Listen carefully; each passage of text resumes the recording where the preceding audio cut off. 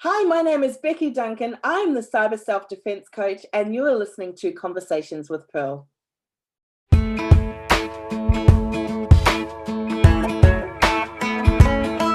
Hello, sunshine, good to see you again. Had to walk out to let you back in. Stuck in a storm of a relationship. Lost my fire. Oh, and I forgot about me for way too long. But it's rolled on. Now there ain't no shade around here. Once you leave the clouds, you're under 80. Funny how there ain't no rain. All clear. Why'd it take so long to leave you in the rearview mirror? Now nobody gonna steal my sunshine or turn my blue sky gray. All I know is at the end of the day, wildflowers grow when there ain't no shade. Hey everybody, it's Pearl, and you are joining us here at Conversations with Pearl, and I am so excited to have you guys today. I'm even more excited about our amazing guest who's coming to us all the way from New Zealand, and her name is Becky Duncan. And just so you know, she is an amazing best-selling author. She's been featured in primetime TV on A Current Affair, Campbell Live, That's Life magazine, New Zealand Herald, Newstalk, RadioLive, and Radio New Zealand, amongst other pint media. This entrepreneur, Becky, she has over a decade experience in digital marketing, communications, and web development.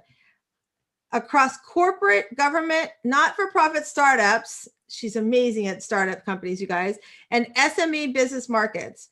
Until recently sold, she was founder and owner of my favorite little parties, and that's the largest kids slumber picnic party styling franchise in Southern Hemisphere, with over 10 franchises in Australia and New Zealand. Becky is growing up as a mixed race adoptee in an all-white family. So if those of you who know me, that's very dear to my heart. She battled insecurities, lacked a sense of belonging, and felt like she didn't have a voice. In 2013, after a business deal gone bad, she survived a very public and vicious cyber attack that started with one man and turned into hundreds of men online. Though she doesn't have the black eyes and the broken bones or the bloody gashes to show for it, the incidents affected her at every level, physically, emotionally, mentally, and spiritually. Now, after 7 years in hiding, she's back, she's armed, and she's fueled by compelling belief that safety is a fundamental human right and shouldn't be a luxury for women online. Becky, thank you so much for joining us today. How are you? Thank you for having me. I'm great. It's a beautiful day here in New Zealand. And I'm just really excited to talk to you and to really uncover some of what we're going to talk about today. So yes, yay! I'm so excited. So cyber self-defense coach. I love that. So, and I loved what you shared too when we were talking about that Hunger Games online from that cyberbullying. So walk us through what happened, Becky, and what led you on the path where you are today. Let's just delve right into what happened. Well, I've always lived my life out loud online for many, many years. I'm a serial online entrepreneur. I've had a best-selling novel. I've been, as you mentioned, on TV, radio, and papers all over. So living my life out loud where everyone can see was never an issue for me. I'm quite a vibrant, spontaneous type of person, and I like the limelight. I mean, I must admit, I do. I like the limelight. But what happened is about 7 years ago, I was developing a new online concept, and I often use like freelancer sites to do projects if I need coding or something. So I joined up to this freelancer site. I'd set up a project, and this one guy, put in his bid, and he seemed really good. He seemed to know what to do and how to do it. And, I went through extensive checking out his business, all that sort of stuff. But about halfway through the project, he started getting really insistent about me paying him before the project was done. But he hadn't hadn't done even half of what was expected to him. So I said no, because, you know, I'm a woman that knows how to stand up for her rights as well. He kept on putting more and more pressure on me. And then as time went on, it got more and more and more abusive. I ended up going to Freelancer and saying, look, this guy's asking me for money. He hasn't done the work. And they did a mediation, and they ended up siding with me. So I just paid him for the amount that he'd done. And then I got the rest of the money back because it was being held in escrow. You would think it would be over then. Well, no, this guy continued to abuse me, to bully me. And then after that, after he lost, he got, you know, even worse. And the kind of messages he was sending me, and email, he sent me through the Freelancer site at first. Again, I was taking screenshots. He started emailing me. I was taking screenshots, and I was sending them to Freelancer saying, this guy is actually abusing me online. And eventually they did kick him off the software so that he couldn't actually have an account there. That didn't stop him. Then he found me on Facebook, and he started creating profiles in my name. He was private messaging. So he'd go through my friends list, and then he was private messaging my friends as me, telling them I was a prostitute for $200 an hour. He created Facebook pages in my name, you know, in my business name, I must say, with sexually derogative images, putting my face on naked women, basically trying to really destroy any. And he'd send me emails saying, I'm going to destroy you. I'm going to destroy your reputation. You're going to wish you were dead and you never existed. And we kept on, my friends and I, we kept on reporting because this behavior was going on and on. And Facebook weren't doing a thing about it. They weren't removing him. They weren't taking down their pages. They'd keep on coming back saying, this does not go against our, you know, community standards. And we were like, what the? I mean, this man is, you know, literally victimizing me and abusing me. And it wasn't until, because I've been so active in the media, I had friends in the media, and they reached out and said, hey, we want to help. Can we do a story on this? I know this is very personal, but can we do a story on this? And I'm like, you know what, at this point, go ahead. You know, it's already happening all in public. My friends and family already know about it and what he's doing. I've got nothing to hide. So they did a story on it. And it was interesting that as soon as they rang Facebook asking for comment, poof, suddenly the pages disappeared and the profile disappeared. But then that didn't stop him, even then. So then he started listing my details on Turkish master hacking sites.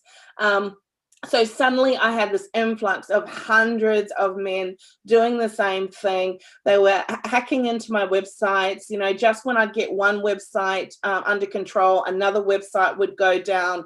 It was just phenomenal. And I was getting the emails.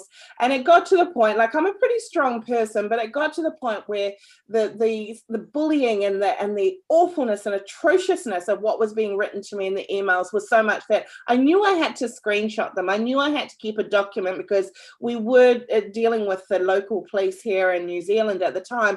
But I knew that I emotionally just wasn't strong enough to read one more email that said one more terrible, awful, derogatory thing about myself. So I ended up having to get my sister to basically go through all comments, to read my emails, to screenshot, to document, and then she put them away in a little hidden file so that I didn't have to actually read them, because it affected me dramatically.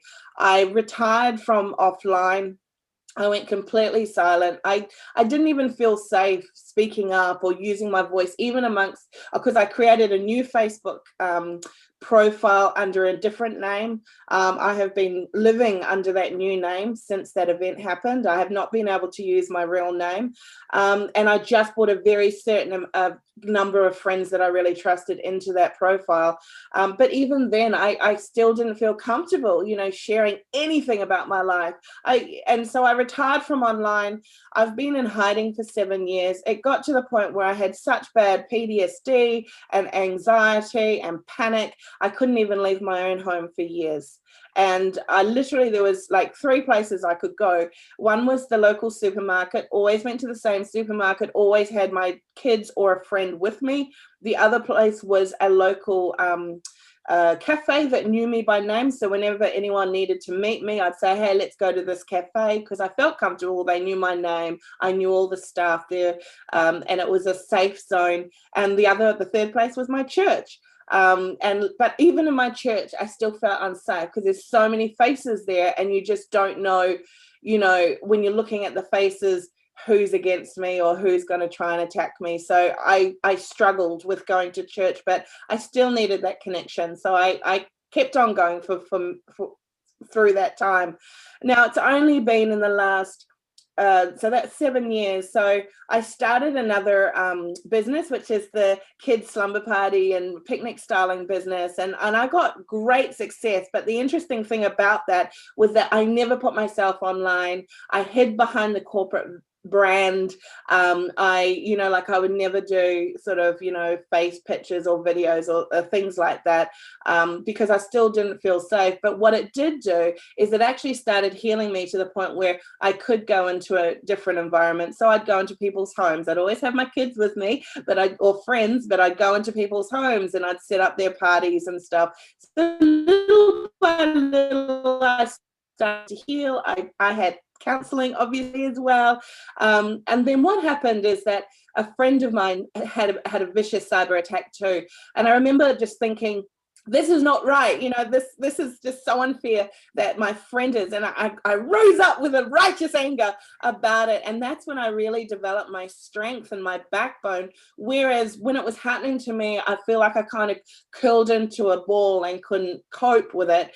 I found the strength in speaking out and helping her to get through what she was going through. And that has forever changed the trajectory of my life, because I've realized that one of my, my platforms, or one of my really deep beliefs is that I am here to protect women. And that's why I said, you mentioned before about, being a tribute in the online Hunger Games. And that's honestly how I feel. Like I was the tribute. I went through what I went through, but I went through it with a purpose. And that is so that I would know, and so that mantle of protection for women online was installed on me, because I've conquered that. I've overcome that. So now I'm here and I'm helping other women stay safe online, and being the voice where maybe they can't be the voice for themselves.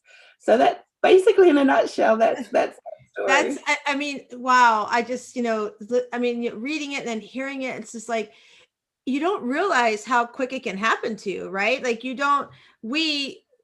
we're online so much, and we tell our kids, be careful, but we as adults, sometimes we just kind of like, oh, la-di-da, we don't really, we give a different parameter for our children instead of ourselves, right? And so I think for our listeners, it's really important that those same kind of settings we do for our children, we need to be carrying it to ourselves too. I know last week I took my friend's son to the dentist, and I'm sitting there, and I was actually online taking like a questionnaire. It was a disc profile. So I was doing this profile question and answer, and all of a sudden my phone is like blowing up. I've got my hairdresser going, hey, are you online right now? And I'm like, no. And then I have a friend who I met in Canada who for 35 days, we had just finished doing meditation. She was a meditation coach. She was teaching me how to meditate.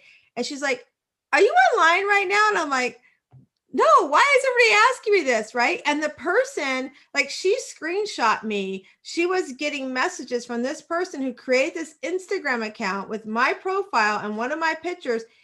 And they were really like writing like they were me. It's like they had studied how I wrote and how I write on Facebook or wherever. And they were writing like me, because if I looked, I go, wow, that does sound like me, right? And I was like, oh my gosh. So like I reported it right away. I find, what you said about Facebook too, I find that very interesting. And it gets really frustrating because, the things that they let go through and the things they don't let go through just frustrates me, because, I really think there's all kinds of conversations I'm sure that you're having too. And with some of the contacts you have, that they need to be held accountable in some way for the things they, how they promote things, whether it's political, whether it's sexual, whatever it is, because they've got a big influence, and they know it. They can't act like they don't know it. And, people like you, the things that happen, you're not the only one. I'm sure you won't be the last one. Right. So, like we were kind of joking earlier that I think, they know what we're looking for because these things pop up and for whatever reason they do because the way we look and everything like that. But I think there needs to be some accountability on their part for some of these things for women not to have to go through what you went through. I mean, I just can't imagine being in that moment and thinking, we think about our kids being bullied, but we as adults, and like you said, how it affected you, the PTSD and like wanting to close up and like, I just want to go hide that feeling. I mean, I could feel that when you were sharing your story and I just, those that are listening, please make sure you check out Becky because she's got some great information. I downloaded some of her stuff as well. But so today, Becky, so what are some of the things that you do with women to help them, hopefully not go down the same path? And then how is it today for you? Like, do you still have things pop up? Yeah, look, because I'm having to use a totally new name, and I do that, and I've just got to backtrack here. My whole life before this happened was under a different name. So my book is under a different name. My media appearances is under a different name. So in one respect, I feel like I've lost a lot of my back life as a result of what happened to me. But in another respect, I'm quite excited because I am reinventing myself, and I'm reinventing myself with a mission and a purpose that I think is really necessary for today. And on your story too, these scammers, they are incredible manipulators. And I think people think that scammers are just people that have nothing else to do. No, they can be sitting in your profile. Maybe you've added someone as a friend who has been a friend of a mutual friend, and you've been like, oh yeah, they seem okay, I'll add them, and that us two know this person. But how do you know that they haven't been a friend of a mutual friend, and they sit on your profile or in your pages for a long time, watching, learning, finding out how you talk, and they're getting more and more and more sophisticated in how they actually target people by, as you in your instance, then following your friends and using your friends because your friends trust you. So they basically take on that mantle of trust and can talk those other people into whatever they want, whether it's money or anything. So I just want to really hone that in today, that, these are sophisticated criminals that could be just watching, waiting, learning. And that is why it is so important to be really careful about, especially who you bring on your personal Facebook, like personal page, personal profile, because the amount of information that you feel comfortable sharing with your friends, you just don't know who else is watching that information as well. But sorry, I've forgotten your question because I want to say something on that too. One thing that I do, I'm really so my Facebook page, I really just use it. It's my personal page, but I use it more for my business because I'm one of those believers. I don't need to put my personal stuff. You don't need to know what I'm drinking, and I'm on vacation and things like that. I'll show you after I get back or what have you. But I'm really big about that. And then I'm also really big about, if you send me a friend request, I have this standard comment. I'll go PM you. I'm like, hey, thank you so much for your friend request. I always like to know how I'm connected to the person requesting. Hey, can you share how we are connected? How do we know one another, right? And so if they don't answer the way I feel comfortable, I'll say, you know what, thanks so much for following me. At this time I'm trying to limit, because as you know, Facebook lets us only have so many friends. So I'm trying to really limit. Please follow me on my business page, right? Or something. And then that way, it's a little bit more controlled for me. And I do that on Instagram, and even with Clubhouse. Like right now, Clubhouse is growing, and you and I were talking before we went on about, how much Clubhouse is growing, and we're making great connections. And what I like, you and I were saying too, is that you can hear the voice on the other side. It doesn't mean that they're not, you're going to get some scammers in there, but for the most part, you have a lot easier way of checking them and fact checking them, I feel like, because, if I hear your voice, I like you, I'm going to your Instagram and checking you out. And if you don't have a website or something I can follow you on, then I'm like, don't know if I want to follow you, so, but, I love that. So my question for you, that what we're finishing up on was, so today,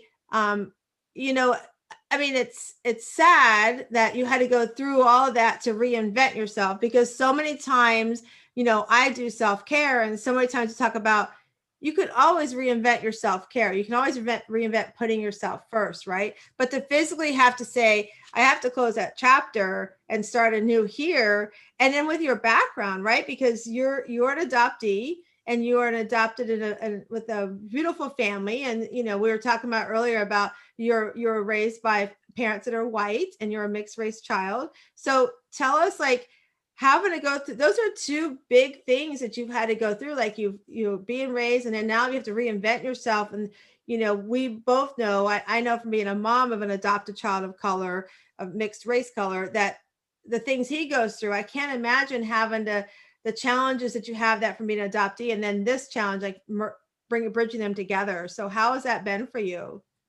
Yeah, look, I'm one of the lucky ones. So my parents, my birth mother, sorry, I'll start there. She was 17 when she got impregnated and 18 when she had me. And her father was quite racist and wouldn't accept a Black baby coming into the family. So she knew that in having the child, she was going to have no family support and she's going to be all alone. She was a white New Zealander. And she went to the pastor of her church and said, look, I've got a baby. I really want to adopt it out, but I want it to be in a lovely Christian family. And so that pastor went to, they have things there called ministers' fraternals, where the pastors all come together from all over New Zealand and they, you know, do conferences and stuff. And so he put the word out, and my parents were both there. And, you know, it's interesting how God works, because, you know, both of them had words that they wanted to adopt a little Black baby, but they hadn't spoken to each other about it. So when this pastor came to them, you know, instantly both my parents raised their hand and then looked at each other. It's like, what, you know, and because they thought they were going to have to convince the other person about adopting a little Black baby. But, you know, it just worked out so perfectly. And all of my siblings were real siblings, like, you know, blood siblings of my parents. So I was the last one and the only one that was of mixed race. Growing up, you know, it was hard. From a very early age, I had this understanding that I'm different, that no matter how I try and act the way I'm supposed to act, I'm always just going to never fit in. And in New Zealand at that stage, it was quite a white society. And so church, everywhere we went, there were just white people, you know, and a lot of the places we lived in my life, it was a very white-centric society. So I always kind of felt like I didn't fit in. Even in my family life, there were parts of my personality that were just not like my brothers and sisters. I mean, I was loud, I was dramatic, I was, you know, prone to, you know, having hissy fits and stuff like that, whereas maybe the others weren't so much, because in my family we were definitely taught children should be seen and not heard. And because my dad was a pastor, there was also a higher sort of standard of how I should behave and react. And you know, I always got, you know, don't get me wrong, my parents are wonderful. I love them and respect them so much. But, you know, I always got shushed. You know, it's like I couldn't speak. I was too loud. Even when I speak like now, you know, I would always be told, shh, quieten down. We're right here next to you. But what they didn't understand is my levels of speaking and how, you know, vivacious and bubbly. It was actually a part of my heritage, of my ethnicity. It wasn't that I was being naughty or that I was, you know, just trying to get all the attention on myself. So they kind of didn't understand that part of my heritage. And it was, I'll go back a little bit more. So my parents were amazing at being inclusive throughout my life. So whenever there would be I remember one day they found out about an African choir that was traveling around Australia. We were living in Australia at the time. And so they made the effort to drive us 2 hours away to go and experience this African concert with this African choir, because they wanted me to know that that this was my heritage. This is who you are, type of thing. But for me, I didn't want anything to do with my African heritage at all for years and years and years and years, because that was what made me different. So I abhorred it. I abhorred my skin color. I abhorred the fact that I was different, because all I wanted to do was to fit in, was to feel like I belong. So as a way of trying to create that control over my life, I totally rejected any part of my African heritage, because I just wanted to be white. And it wasn't until I was about 13 years old that I sort of started, 13, 14, I started asking questions about my birth mother and about my African heritage. And there was an African pastor that came to our church, and so Dad was like, "Oh, cool, an African pastor, he can stay with us." So we had this African pastor in our home for a few days, and it was just amazing just to actually be able to converse and to learn, because he was from Zimbabwe, and at that point I didn't know whether I was Zimbabwe or Zambian, because when I was born they were both linked as Rhodesia, so I could have been from either country. Zambian. He was Zambian. So anyway, he came around, and then he basically gave me an open invitation that when I'm ready, I can go to Zambia, and I will be like his daughter, and he will have me in his church, and I can stay with him, and he'll look after me. And so that opened up this opportunity for me to go to Zambia. And about 3 years later, when I was 17 years old, I had this amazing opportunity where I went to Zambia all by myself. I was a volunteer in a school over there in one of the slum areas. I stayed with one of his church members. I was very involved with his church and his music team and stuff. But the funny thing that happened is that as soon as I stepped off the plane, I saw all these black faces around me. Instead of feeling like I belonged, I panicked because I'd been so used to living in a culture where there were all these white, and suddenly I was in this culture where there was just black everywhere. And it was like, I even then, I kind of felt like I didn't belong, so I don't belong in the white society. I don't belong sort of in this black society because I've been brought up white, and my thinking and my mindset was very white, and the way I speak is very white. But one thing happened while I was over there is that as I developed relationships with people that became my dearest friends in Zambia, I realized that suddenly I wasn't the loudest person in the room anymore. I wasn't the only one speaking loudly and getting excited and celebrating like everyone else.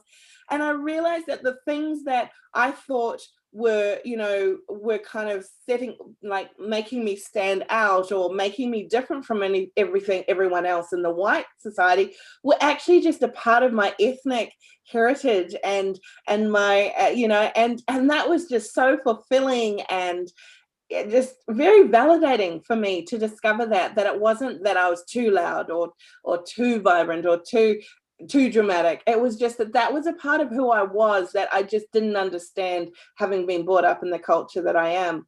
And then my parents, like I said, they have been so all-encompassing of me finding my ethnicity, so that what they actually did is when I was 13, they tracked down the pastor that had originally sort of brought up I've got a parishioner that wants to adopt a child, and without me knowing, they actually tracked down my birth mum, and she was now living in Australia and had married and had 2 other children, but she'd just been in New Zealand as a part of a family trip. So the pastor knew and had her contact details. So mum and dad got into contact with her, and she was like, "Oh my gosh, yes, I want to know, who my daughter is. Yes, I've never forgotten her." And so because her parents were still in New Zealand, but she was in Australia, she told her parents. And so we ended up going to visit her parents, but she warned Dad that, my dad might not be as accepting of Rebecca as, because of these issues. But I tell you what, I think I was about 13 at the time, and within half an hour of being in his house, he just my granddad on her side just warmed to me, and I was sitting in his lap, and he just utterly adored me. And it was like a real sort of healing for him, I think, too, to have a grandchild that was color when he's had so many issues in the past years of, colored people and stuff. So that was just one thing. And then a few years later, after I'd been been to Africa when I was 17. Dad thought, well, this is good. We've already found one parent. Why don't we try and find the other one? So he went back to the university. We didn't even know his last name, my birth dad's last name, but we knew his first name, and we knew what he was studying at Christchurch University when he had a one-night stand with my biological mum. So he went to the university, and he was able to actually find out the last name, and then he went to the alumni and said, look, this is the situation. I've adopted this man's daughter. We would like to make contact. And the university said, we can't give you his details, but if you send a letter to him through us, we'll send it to his alumni address. And they did. So Dad sent a letter to my father, Patrick, and they sent it off to Patrick. Patrick obviously wasn't living at that address anymore, because this is like, 13, 14, 15 years ago, but his brother still was. So the letter did actually get to my birth father, who is in Zimbabwe. So I then found out that I'm actually a Zimbabwean. Wow. And as a result of that, I was able to go over there. I have amazing relationships with my half brothers and sisters in Zimbabwe. And in fact, they're all over the world. They're in South Africa. One even lives here in New Zealand. And it's been like a really beautiful kind of adoption story of me finding who I am, but in the sort of the crux of the two cultures type of thing. But I was really lucky to have such loving and open parents, that they were so confident and secure in their own being my parents, that they were able to allow these two other people to come in and share the joy of my life as well. So yeah, that's so amazing. And so look at what you did. Like, you brought these two, I mean, to talk about your biological grandfather, and just, I can't imagine that healing that he had, and realizing, and I'm sure in some ways he had some regrets too, that he, had said to your biological mom about what he had said about not bringing you home. But look what you've done. You've healed like them, and you've brought these two families together. Right. And so it's just amazing. A kind of a funny story when you're talking about, the wanting to belong, and, seeing, the loudness, and that's your ethnic background. Right. So when we adopted Matthew, and we were able to bring him home, he was a month old. And so my younger son came a couple of years later through in vitro. And I remember we had Nate home, and he was a baby, and we were changing him.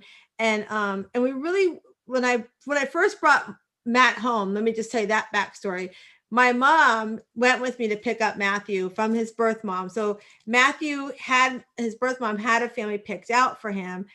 But because she was in the middle of a divorce in California, she not only had to sever the rights of the bio father, but she would have to sever the rights of soon to be ex-husband.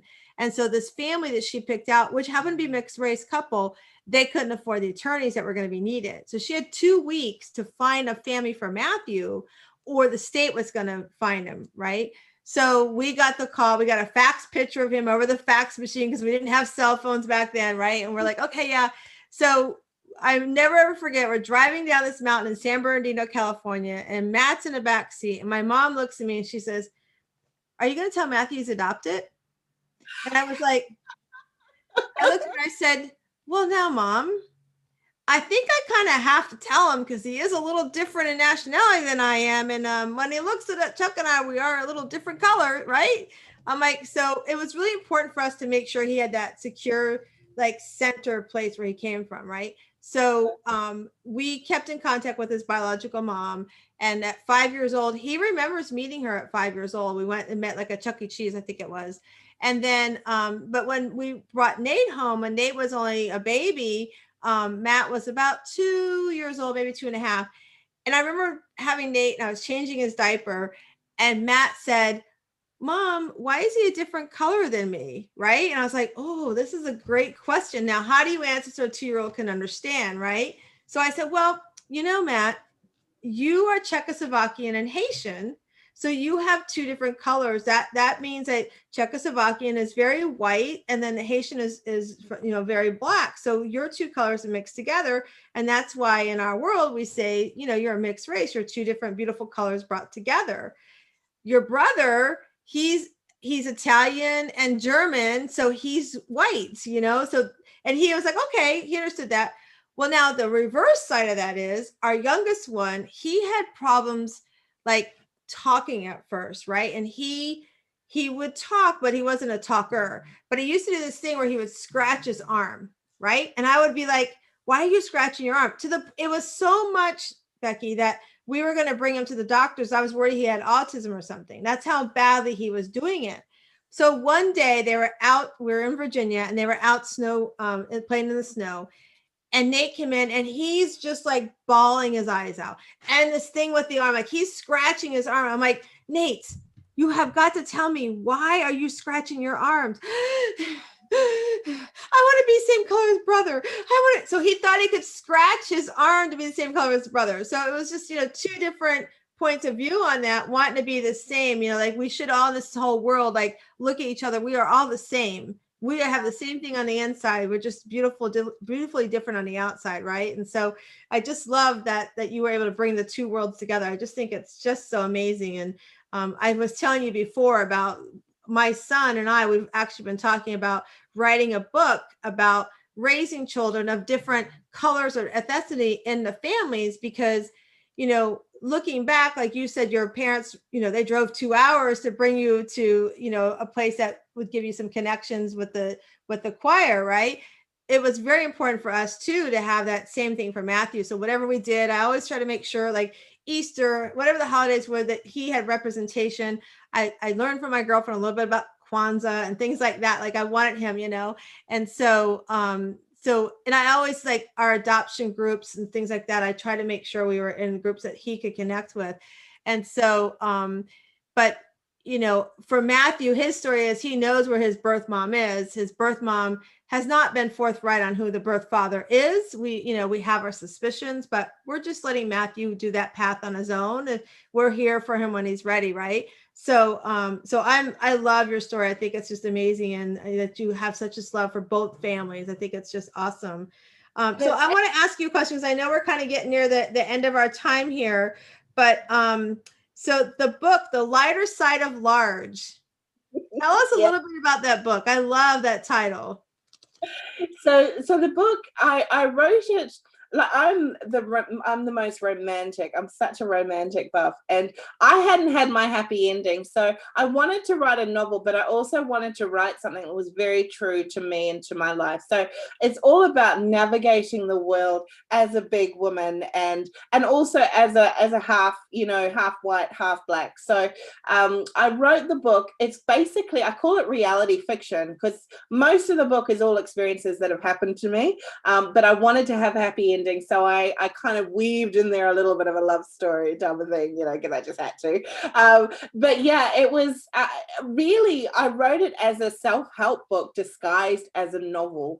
And the feedback that I've got from it has been exactly that. They're like, I thought I was reading a novel, and then I've learned so much through just hearing your thoughts and how you've been able to grow and stuff, and your confidence through it. And so I wrote that. It was really interesting. I've always wanted to be a writer. And one day I just thought, you know what? I can keep on thinking one day, or I can go day one. When is my day one going to be? So I came up with a day one, and I started writing. So every week I set a goal for myself to write a chapter a week. It ended up taking 27 weeks, although there was a couple of weeks where it was delayed because unfortunately my adoptive father passed away from bowel cancer. So I did have a couple of weeks off, but I had my girlfriends who were reading chapter by chapter as I write, saying, don't you dare let your father's death stop you from finishing this book. So I kind of forced myself back into writing it. I self-published it. I put it on Amazon. Really didn't expect much from it, because it was just me expressing myself, because like I said before, for so much of my life I felt like I didn't really have a voice. I felt like I was sort of living in this in between of who am I, am I black, am I white, who am I? So this book was quite lethargic and healing for me, because I was able to put all those thoughts into how I was feeling. I kind of crafted a story where the girl is part Samoan, part white, but all the same information differences that I've had being African, white, all came through into the book. So it ended up being a bestseller. I've been in newspapers and radio and everything for it. And then I did end up having HarperCollins actually track me down and say, we want you to write for us. But I ended up turning them down because what they were offering me was different to what I was already achieving just by self-publishing. But as I said, when I had this cyberbullying attack, it's like I could no longer kind of own the book. And I have been thinking about maybe changing the name, changing the name of the person that wrote it, and to Becky Duncan, obviously, which is what I go from now, and changing the title just so that I could relaunch it. But for me, it's like a memoir. It was like me putting my heart on the pages and just sharing things, no bullshit, exactly as they were happening to me, what I was feeling, my insecurities. And yeah, I guarantee, have you written a book yet? Like, seriously, everybody has to write a book because it's such a great and very healing experience. I totally agree with you. First of all, I want to say, I know you found your voice. I mean, I believe your voice has always been there. And I love that you didn't let any of these things that have come up, stop that beautiful voice you have from coming forward so we all can hear it and receive it. No, I've written 3 books, so they're all collaborative ones, but I'm in the process of writing one, like I said, with my son. It will be a collaborative one too. We want to work with families and share their experience, but it will be our directive, right? The other ones have all been directed by somebody else kind of doing it. And I've got a great publisher. She's amazing. She's in Texas, and it's called You Impact. So they've been amazing. So really, really great there. But yeah, so I love it's, why not write a sequel to it, right? Like write it. Yeah, well, I have actually written the sequel. I'm about 2/3 of the way through, but again, it all kind of happened when all this cyber stuff went on. So it's there, it's sitting on my computer still, ready to finish it and launch it. But I just haven't quite got there, I guess. And life happens, and my direction at the moment has obviously changed to be about teaching women, protecting women online. But I'm not saying you can't have I've got my hands in lots of different pots, and I think variety is the spice of life. So I will get back to it. I will. But I totally agree. Variety is the spice of life, and I love what you just said, because it so aligns with we all as women, we put everybody else first. We tend to do that, right? You're a mom, you know how that is. And so I think it's really awesome that you're like going, I have my goals, I have my dreams. And that's what I do when I work with women, is like, you need to put yourself first. You need to take care of your self-care.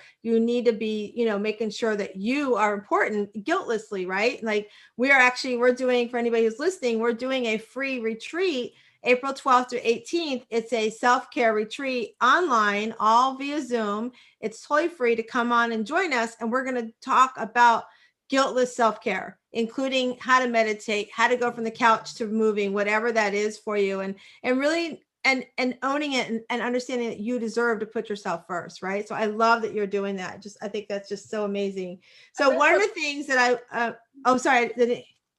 sorry, so many women don't give themselves the permission to make the choice to self-care. So I think that is such an important subject to teach them, because if you can't give yourself the permission to look after yourself first, then you're actually going to be useless to looking after everybody else if you're getting so depleted. So I'm so excited that you're doing that. That's going to be an amazing yes, event. Thank you. And it's exactly right. We come in last, and we can't take care of those people that we are putting before us the way we want to, right? So I love that you shared that. So a couple of things. So before we close up, I was sharing with Becky before we hopped on that we have these cards. My good friend Carol Gill, she did these cards. They're called Better Questions, Better Life.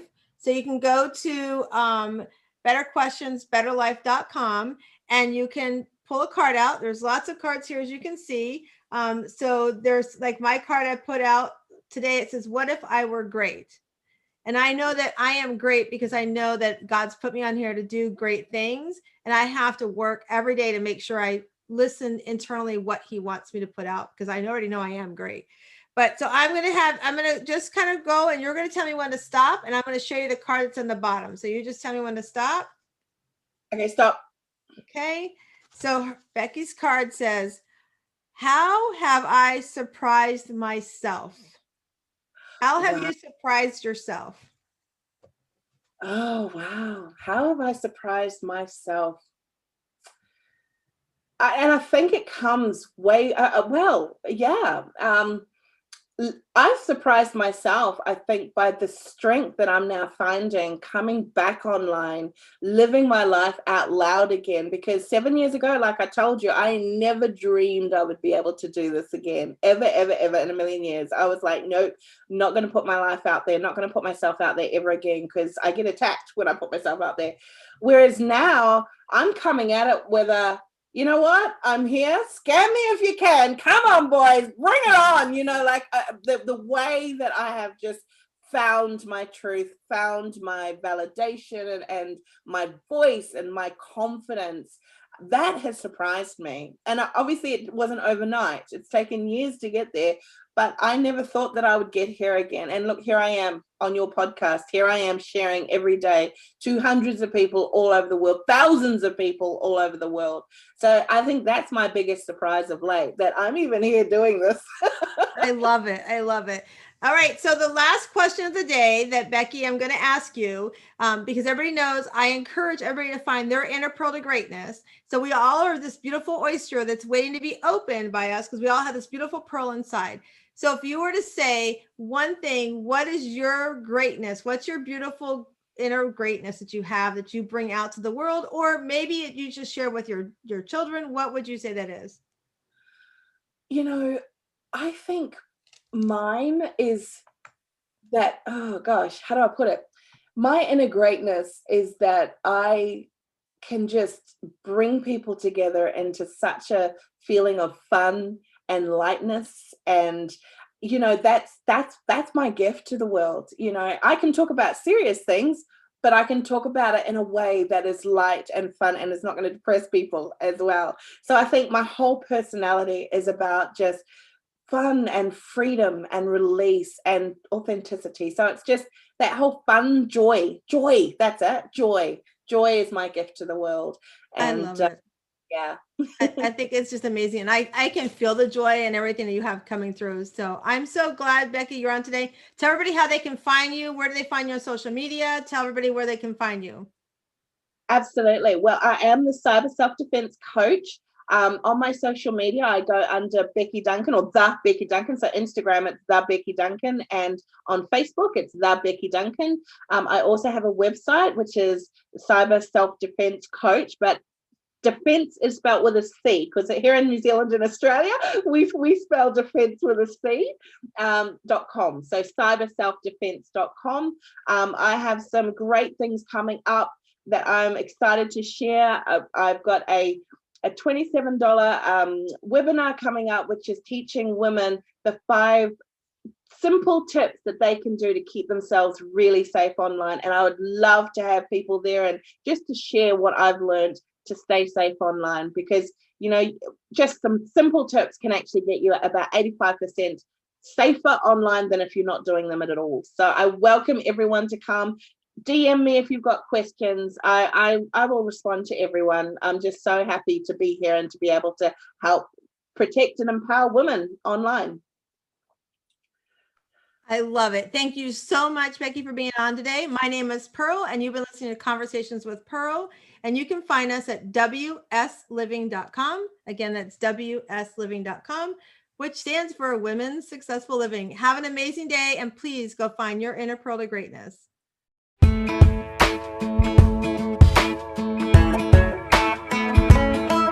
Hello, sunshine, good to see you.